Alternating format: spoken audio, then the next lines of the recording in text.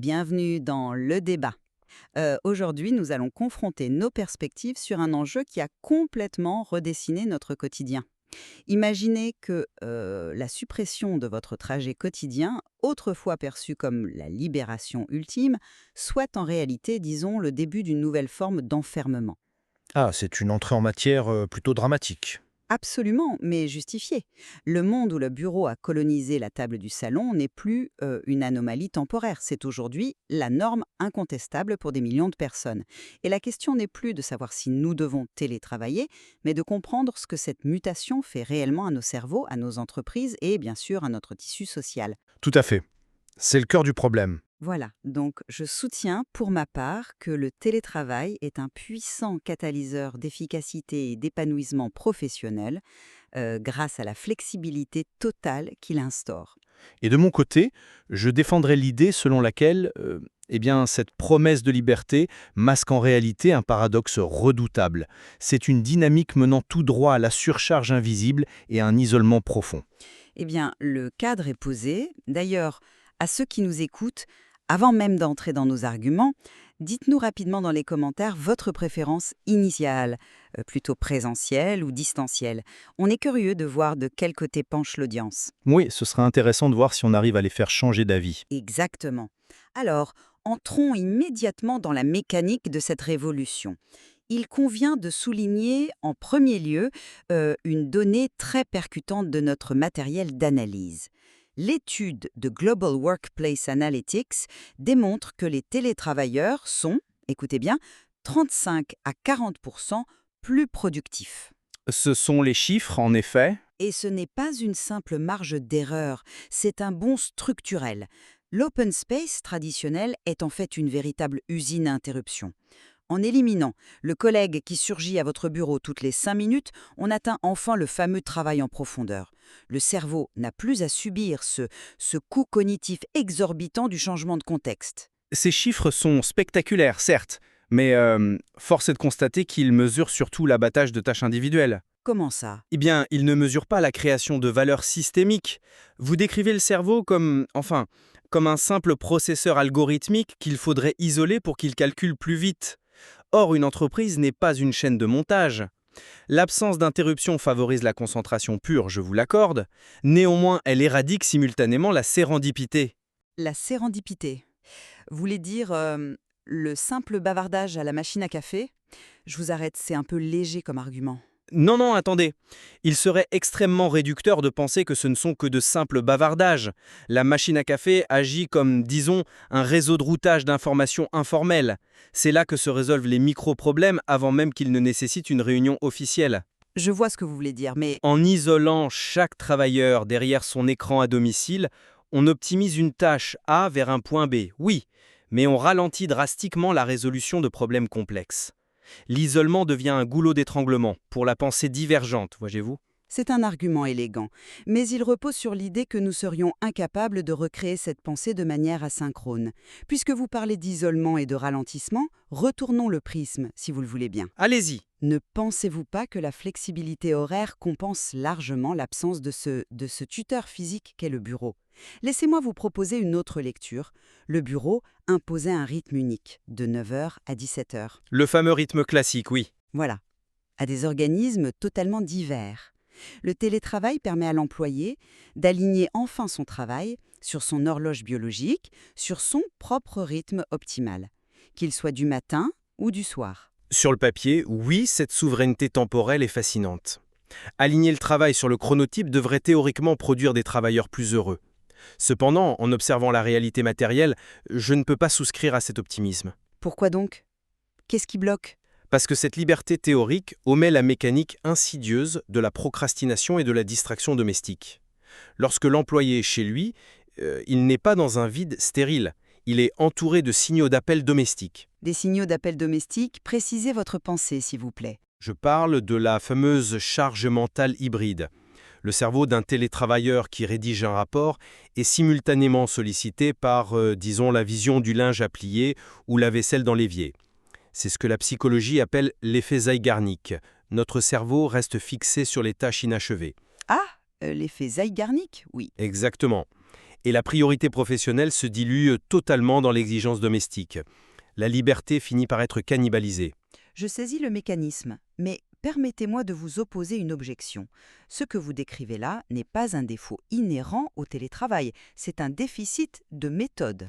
Un déficit de méthode. Oui, le bureau agissait comme un échafaudage cognitif. En retirant cet échafaudage, il est évident que le collaborateur doit apprendre à le remplacer. Mais une fois cet apprentissage réalisé, l'employé passe d'une discipline imposée à une autodiscipline choisie. N'est-ce pas une élévation de la maturité professionnelle? Ah, mais à quel prix psychologique? C'est précisément là que réside le danger. Le bureau externe nous fournissait gratuitement cette fonction exécutive. En transférant cette responsabilité à l'individu, on lui impose une taxe cognitive constante. Une taxe cognitive, carrément. Mais bien sûr, se forcer à ignorer la machine à laver, à s'asseoir à des heures régulières sans surveillance, cela draine l'énergie mentale. Et c'est cette fatigue décisionnelle qui pave la voie vers l'épuisement professionnel. Si l'on suit votre raisonnement, la liberté serait donc trop lourde à porter? C'est une vision un peu paternaliste, n'est-ce pas? Allons plus loin. Si le temps n'est plus encadré, que faites-vous de la liberté géographique absolue? C'est-à-dire? Eh bien, travailler depuis un café, depuis une maison de campagne ou même à l'étranger. Cette agentivité spatiale ajoute une dimension d'évasion formidable au quotidien. C'est l'illusion parfaite du nomade digital, ça. Une utopie de réseaux sociaux. Quelle est la valeur de cette évasion si vous ne pouvez jamais vous déconnecter? C'est là le cœur de mon argumentation, la destruction des frontières. Je vous écoute. Comment le cerveau humain sait-il qu'il doit passer du mode survie, le travail, au mode repos? Par la fin de la journée de travail, tout simplement. On ferme l'ordinateur. Non, c'est une question de signaux environnementaux. Le sas de décompression qui était le trajet quotidien jouait un rôle neurochimique. Prendre les transports, passer la porte de chez soi, c'était informer son système nerveux que la tension redescendait. Aujourd'hui, avec la table du salon qui sert de bureau, le cerveau n'a plus d'indice spatial. On se sent obligé de répondre aux emails à toute heure.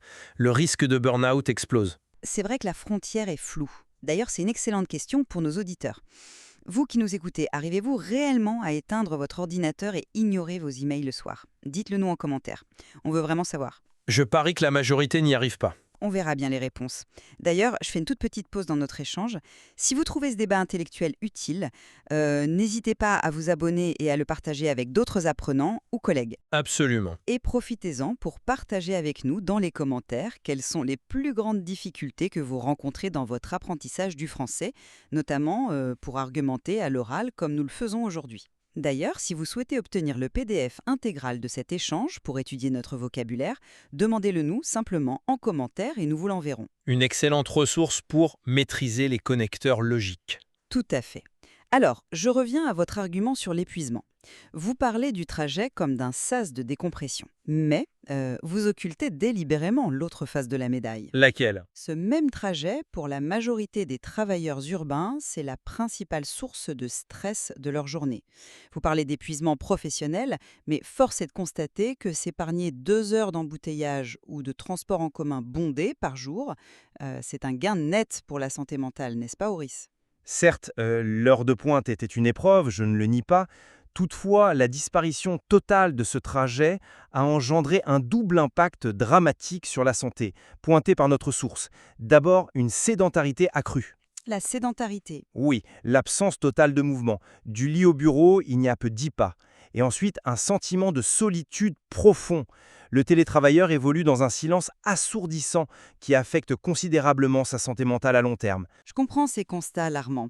Mais alors, poussons l'évaluation des solutions. La création d'une routine structurée avec des horaires fixes, des pauses régulières et l'aménagement d'un espace dédié à la maison. Est-ce que cela ne suffit pas à conjurer ces risques-lines?